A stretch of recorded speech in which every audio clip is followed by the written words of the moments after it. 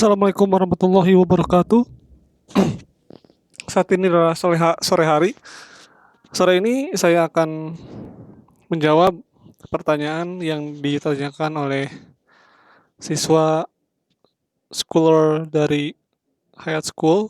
Pertanyaannya adalah bagaimana jika di dunia ini kebanyakan orang awam? Apakah mereka akan adu berargumentasi?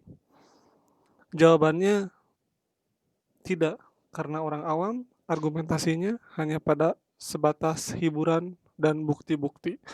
Kalau ada bukti, maka mereka dapat dapat berdebat. Kalau tidak ada bukti, mereka tidak akan dapat berkata apa-apa. Sehingga sesuatu yang disaksikan oleh mereka, mereka anggap benar walaupun itu ilusi dan tipuan.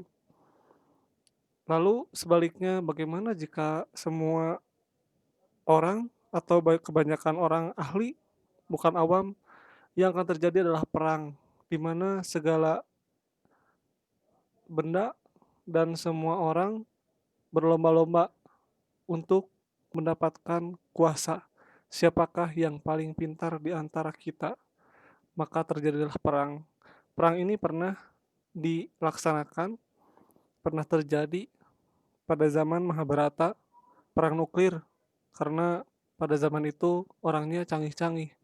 Kemudian zaman Ramayana, mundur ke belakang lebih jauh lagi, perangnya perang langit, di langit perangnya, bukan di bumi. Kalau Mahabharata itu di bumi dengan nuklir, kalau di Ramayana dengan perang di langit, Rahwana dengan Sri Rama.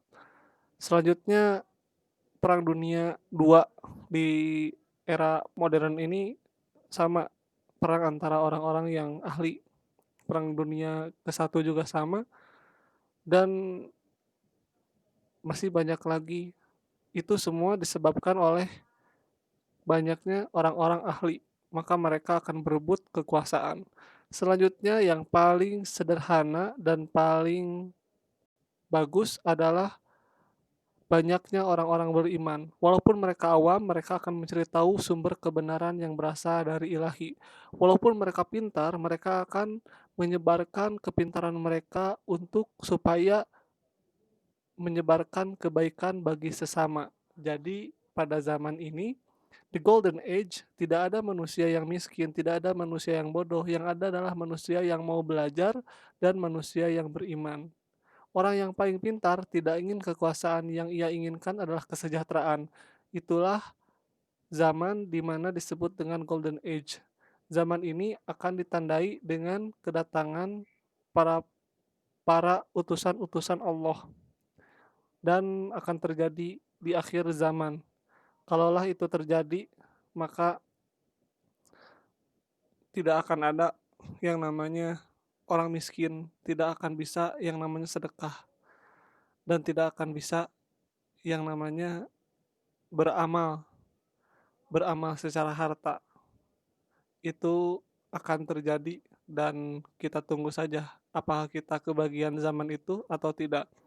Karena sesungguhnya kiamat atau bencana yang paling besar adalah bencana yang ada dalam diri. Biarpun kita santai karena kiamat masih jauh, kalau diprediksikan, jangan jangan seperti itu, karena kiamat ada pada diri.